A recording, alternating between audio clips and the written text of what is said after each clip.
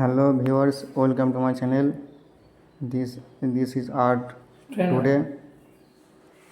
আর আগের ভিডিওতে আপনারা দেখেছিলেন কীভাবে আমরা ওয়াল ডেকোরেশন করেছিলাম, আর এটা তো সম্পূর্ণ কমপ্লিট হয়নি। তো আজকে নেক্সট ভিডিও, আজকে এই পুরো আর্টটা আজকে কমপ্লিট করব, আপনারা দেখতে থাকুন। এবং আজকের যে পেন্টিংটা আমরা করছি সেটা সম্পূর্ণ অয়েল কালার, যেটাকে সিনথেটিক এনামেল বলে। সেই সিনথেটিক এনামেল কালার দ্বারা আজকে সম্পূর্ণ ভিডিওটা কমপ্লিট করব, সম্পূর্ণ ডিজাইনটা আজকে হবে। তো আমরা দেখতে পাচ্ছেন স্প্রেতে আমরা পেন্টিংটা করছি। সবাই কিন্তু স্প্রেতে করতে চায় না, অনেক আর্টিস্ট আছে যারা সিম্পল অ্যারোসল স্প্রে বা ক্যান স্প্রে দিয়ে কাজ চালায়, কিন্তু সেগুলো সবসময় সম্পূর্ণ হয় না, ছবি পারফেক্ট হয় না। তার জন্য আমরা মেশিনের দ্বারা, স্প্রে কম্প্রেসার মেশিনের দ্বারা আমরা সমস্ত কাজ সার্ভিস দিয়ে থাকি। কম্প্রেসার মেশিন দ্বারা খুবই সুন্দর ফিনিশিং হয়, আর কালারের খুবই ব্রাইটনেস হয়।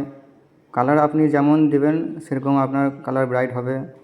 তার উপরে দেখতে হবে যে কালারের কোয়ালিটি কতটা। তবে মেশিনের দ্বারা মিক্সিং করে কালার করলে হয়তো খরচা একটু বেশি হবে, কিন্তু কালার যে রিয়েলিটি যে পেন্টিংটা হয় একদম। তার জন্য আমরা প্রায় যে আপনার ভিডিওগুলো আপনারা দেখবেন সবেতেই আমরা স্প্রে দ্বারা কাজটা করছি, এবং এটা আমাদের পারফেক্ট হয় এবং খুব ডিজাইন খুব সুন্দরভাবে হয়। এসব পেন্টিং অ্যাক্রিলিক কালার দ্বারাও করা যায়। অ্যাক্রিলিক কালারও খুব সুন্দর হয়, ব্রাইটনেস বেশি হয়, কিন্তু কিছু কিছু সময়ে অ্যাক্রিলিক কালারও মিক্স করাটা খুব সমস্যা হয়ে যায়। তার জন্যেই এনামেল কালার বা সিনথেটিক এনামেল আপনি যে কোনো কোম্পানি নিতে পারেন। এই কালারগুলো দিয়ে মিক্সিংটা খুব সুন্দর করা যায়, ভালো হয়, এবং ব্রাইটনেসও খুব ভালো, টেকসই অনেক দিন হয়।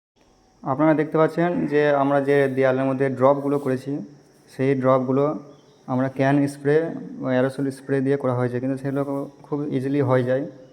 কিন্তু কোনো ডিজাইন বা কোনো রকম ফ্লাওয়ার যদি আমরা করতে যাই, তা সেই ক্ষেত্রে কিন্তু আর এইগুলো কাজ হয় না, খুবই তীব্রভাবে রং কালার বের হয়ে যায়, তার খুব সমস্যা হয়। তার জন্য আমাদেরকে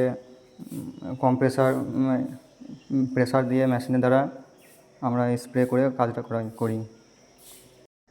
এবং কিছু কিছু ক্ষেত্রে স্প্রেতে মাঝে মাঝে আউটলাইন থেকে বেরিয়ে যায়। তার জন্যে আমরা সবসময় একটু তুলি দিয়ে হালকা ফিনিশিং দিলে এটা পুরো ক্লিয়ার হয়ে যাবে। যে ফুলটা আমরা স্কেচ করেছি, ড্র করেছি, সেই ফুলটা সম্পূর্ণভাবে একদম ক্লিয়ার হয়ে ফুটে উঠবে।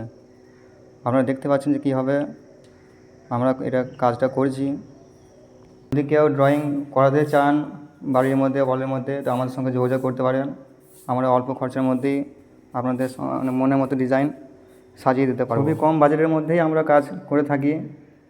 তবে কিছু কিছু ডিজাইন যেটা অনেক অতিরিক্ত খরচা হয়ে যায়, কস্টিং হয়ে যায়, তার জন্য কিছু টাকা বাড়তি এক্সট্রা নেওয়া হয়। যেগুলো ওয়াল সিনারি হয় বাড়ির মধ্যে, পাহাড় পর্বতের সিনারি, এইগুলোতে খরচা একটু বেশি, কারণ ওগুলোতে অনেক পরিশ্রম লাগে, রঙও লাগে, সময় অনেক দিতে হয়। এবং যদি আপনারা এই ডিজাইনটা করেন যেটা আমরা করছি, এরকম হালকার মধ্যে বা সিম্পল ডিজাইনের মধ্যে যদি করেন, আপনার খরচা অনেক কম হবে।